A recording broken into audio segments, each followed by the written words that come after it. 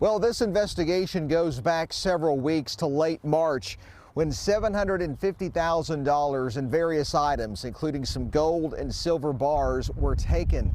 Two people are facing charges, a William Daniel Martin and a Christopher Fletcher. They are both charged with receiving stolen property, more than $10,000. They were arrested on Friday. It comes after the gold, guns, jewelry, and other items were taken. Arrest warrants state that a Rockcastle County woman told police that someone stole the coins, gold, and silver bars, 7 to 10 guns, and $100,000 in jewelry.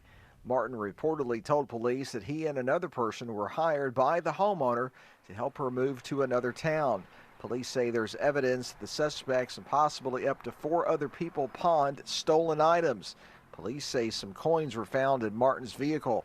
As of now, Martin and Fletcher are the only ones facing charges, but officials say more arrests are possible.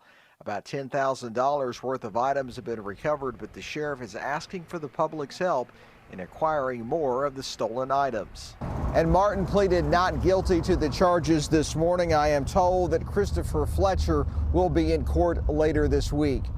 In Rockcastle County, Phil Pendleton, WKY.